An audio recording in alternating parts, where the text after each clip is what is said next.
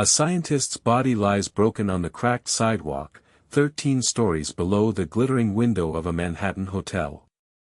The rain slicks the pavement, catching the street lamp's amber glow in a thin film that mirrors the dark sky.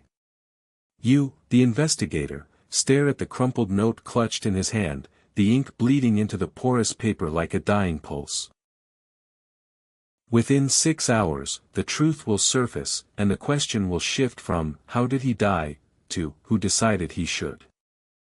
By the end, you will see this was no ordinary suicide, but a dark consequence of the CIA's most secret program.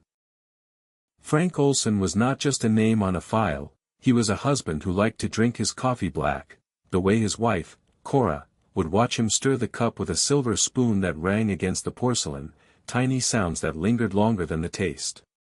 He was also a meticulous researcher, the kind who kept a pocket-sized notebook tucked in his lab coat, its pages filled with precise sketches of bacterial cultures, each line drawn with a steady hand that never betrayed his inner doubts. In the chilled winter of 1951, the CIA's Project Artichoke emerged from the shadows of earlier experiments, Project Bluebird and Project Chili, each a stepping stone toward a desperate ambition, to master the human mind. The program's architects, men like Alan Dulles, who habitually lit a single, thin cigar during meetings, and Richard Helms, whose habit of tapping his pen against the desk paced his thoughts, convened in rooms lit by a harsh, buzzing fluorescence that seemed to hum in rhythm with the restless hearts of the scientists they summoned. They gathered at the outskirts of a secure facility, the air thick with the scent of antiseptic and metal. Inside, the echo of a distant drip from a leaky pipe punctuated the silence, a reminder of the isolation that wrapped the building like a cold cloak. The scientists, Olson among them, handled vials that contained substances darker than midnight, the glass cooling their fingertips as they transferred droplets into test chambers. The hum of machines became the only soundtrack as they pursued the elusive goal of controlling thought. One night, as the wind rattled the shutters, Olson stood alone in a lab bathed in the faint green glow of a lone fluorescent tube. He lifted a bottle of LSD, its label barely legible, and watched the liquid swirl, a tiny vortex reflecting his own uncertainty. He inhaled the sharp scent of formaldehyde that lingered from a recent dissection, and the low, steady thrum of the air conditioning unit seemed to pulse in his ears.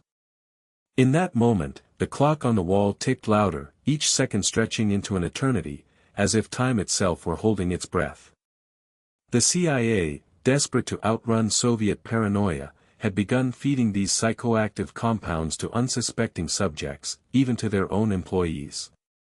The sterile corridors echoed with the soft shuffle of shoes, the muffled conversations of men who believed they were protecting the nation, unaware that their own bodies were becoming the battleground. The taste of stale coffee lingered on their tongues, the same coffee that Olson once savored, now a bitter reminder of a trust betrayed. When Project Artichoke merged with the Army's Project Bluebird in 1953, it birthed Project MKUltra, a sprawling network of experiments that stretched like a spider's web across continents. The documents released decades later revealed rooms where subjects were strapped to metal chairs, the cold steel biting into skin, while bright lights blazed overhead, simulating perpetual daylight. The sound of a distant siren, far enough to be a faint warning, drifted through the walls, underscoring the disquiet that ran through each test. The reach of these programs was not confined to American soil. In a dimly lit hotel room in a foreign city, an unfamiliar hand brushed the cover of a file, the paper crinkling under the weight of secrets exchanged between governments. The faint scent of foreign incense mingled with the metallic tang of a hidden weapon, hinting at a collaboration that spanned oceans. The click of a pen, the only sound in the room, punctuated a pact that would seal countless lives. All of this converges on Frank Olson's final hours. In a hotel lobby buzzing with the low murmur of conversation, he stood beneath a chandelier that cast prismatic shards of light onto the marble floor. His coat flapped slightly in the draft, and the soft echo of distant traffic drifted through the glass doors. He unfolded the note, its words cramped, the ink smudged by his trembling fingers, while a stewardess passed by, her shoes clicking against the polished stone, oblivious to the storm gathering around him.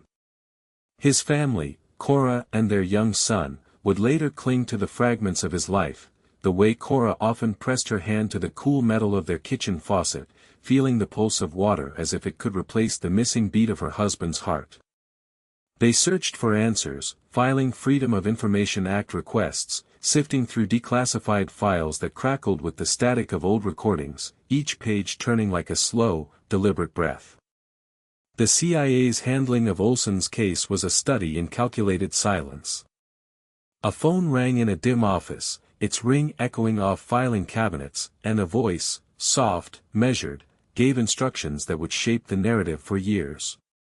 The rustle of freshly printed documents, the faint whir of a copier, the crisp snap of a sealed envelope, all became the instruments that concealed the truth.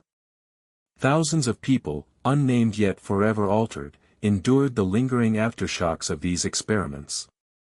Their stories linger in the hushed tones of therapists' offices, the quiet sighs of veterans who speak in hesitant whispers about nightmares that feel like déjà vu, the metallic taste in their mouths when they recall the sterile smell of a lab.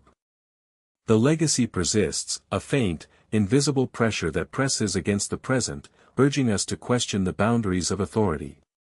What does this mean for us today?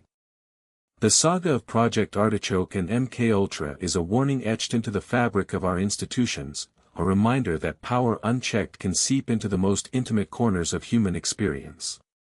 As we confront the breadth of these covert actions, we must ask ourselves, what other hidden dossiers lie dormant, waiting for the faintest tremor to bring them to light? The twist that emerged from newly uncovered files shows that the experiments extended far beyond the United States, weaving a tapestry of collaboration with foreign agencies that spanned continents and ideologies. The faint hum of an overseas radio, the distant chatter of translators, the subtle scent of unfamiliar incense, all point to a network that was as global as it was secretive. Some argue that the CIA's drive was a frantic response to a perceived Soviet threat, a belief that the USSR possessed its own mind control arsenal, a specter that spurred frantic innovation. Others contend it was a calculated pursuit of interrogation techniques, a grim toolbox designed to extract confessions at any cost. The documents reveal that the agency not only knew the risks but also orchestrated cover UPS, sealing files, shredding reports, and silencing witnesses, the soft rustle of paper the only applause to their deception. In the end, the story of Frank Olson and the labyrinth of Project Artichoke and MKUltra stands as a testament to the perils of secrecy. His broken form on that wet sidewalk, the rain soaking his skin, the faint glow of the hotel window reflecting a world that would never fully comprehend his sacrifice, remains a stark image of a man caught in the gears of a program that saw humanity as a variable to be tested. Thousands of lives were altered. The echo of their experience still reverberates in the corridors of ethics debates, in the quiet moments when a researcher pauses before a vial, remembering the weight of a single decision. As we move forward, the responsibility rests on each of us to safeguard transparency, to ensure that the shadows of the past do not lengthen into the present. The legacy of these clandestine programs will continue to shape our collective memory, urging vigilance, demanding accountability, and reminding us that the line between protection and violation is thinner than a whispered secret in a darkened